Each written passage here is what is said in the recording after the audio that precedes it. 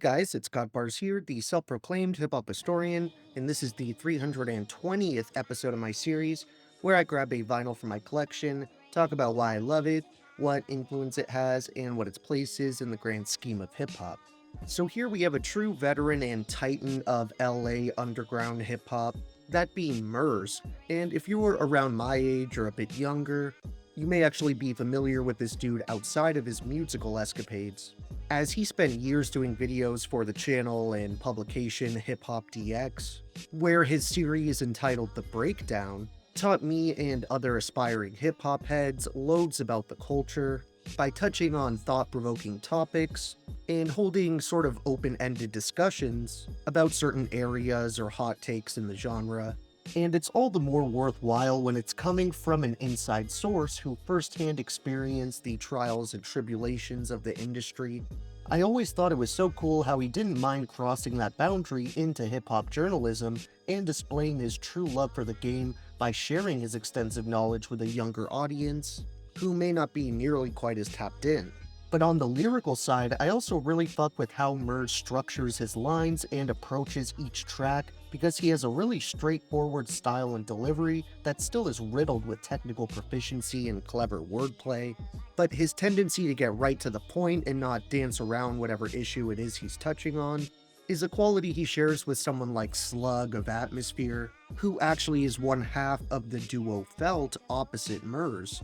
And it isn't hard to see why the two underground titans would find so much success and chemistry as collaborators, especially when both are so insanely gifted as MCs and writers on their own. However, that isn't the only act this legend took places, really nowhere near it. He actually got his start as a member of the trio Three Melancholy Gypsies, or 3MG, alongside Scarab and E-Lig or E-Lig. I've never really been sure how to say that guy's name. On top of his involvement in other smaller outside projects like the Living Legends Collective, Melrose, and he's even a vocalist in bands like The Invincible and Whole Wheat Bread, not to mention his extensive solo discography. Murs already had multiple solo projects that he'd released independently prior to the LP we're discussing today, starting off with his 1997 debut, For Real, and continuing on with his sophomore album in 1999, Good Music.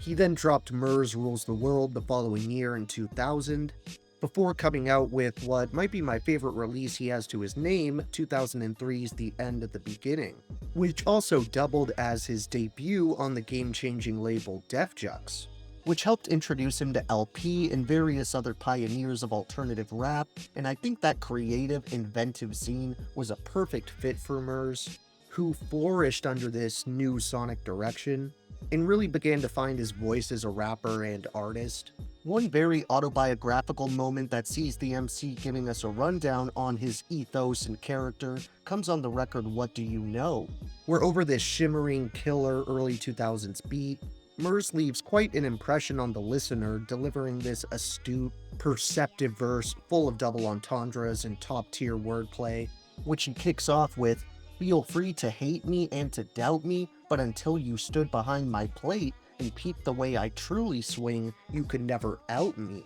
See, opinions are like rap careers, everybody's got one, and most amount to zip, even less if it's a hot one. Like them radio songs that make us sing along cause the beat is real heavy and the hook is real catchy, make you nod your head steady and you don't feel sketchy, till you're all by yourself and you're riding around, and all of a sudden realize how stupid it sounds. Mainstream or underground, away team, hometown. It boils down to the facts. Whack is whack. Hamby can't hold shack, and a party ain't a party if you don't bring a sack, or your own 12-pack, or this 12 on the wax. I detail every track to make a sentence sparkle, giving thoughts to the thoughtful, but I don't know how I know to pull these diamonds out of charcoal, I just know." This isn't necessarily the most experimental or inaccessible production to show up within the pantheon of Def Jux projects, but it still definitely takes marginally higher risks than the average contemporary hip-hop LP. And to be fair, there are still a few moments that might take you a while to become accustomed to if you're new to underground and/or alternative rap music. The End of the Beginning here was the product of a good handful of producers, which consisted of names like Tate the Example, Mr. Dibs, Belief, Oh No, Jism High Definition,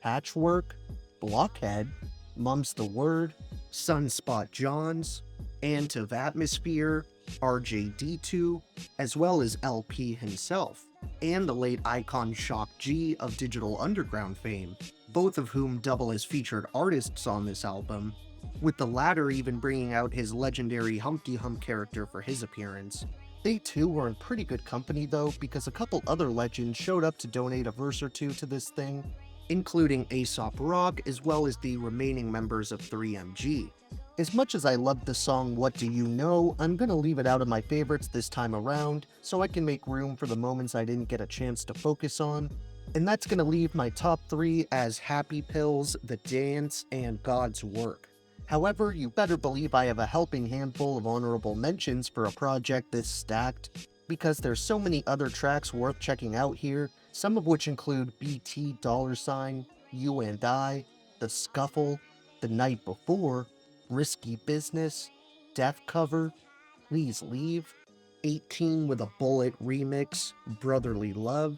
Done Deal, and Got Damned. Thank you for watching my 320th video. Next time we're going to touch on a super underrated rap crew out of Kentucky, so keep an eye out for that one, and if you enjoyed, be sure to like, subscribe, and let me know what your favorite moments are from this solo career highlight. Don't forget to have a great day, and I'll see you next time, okay? Alright.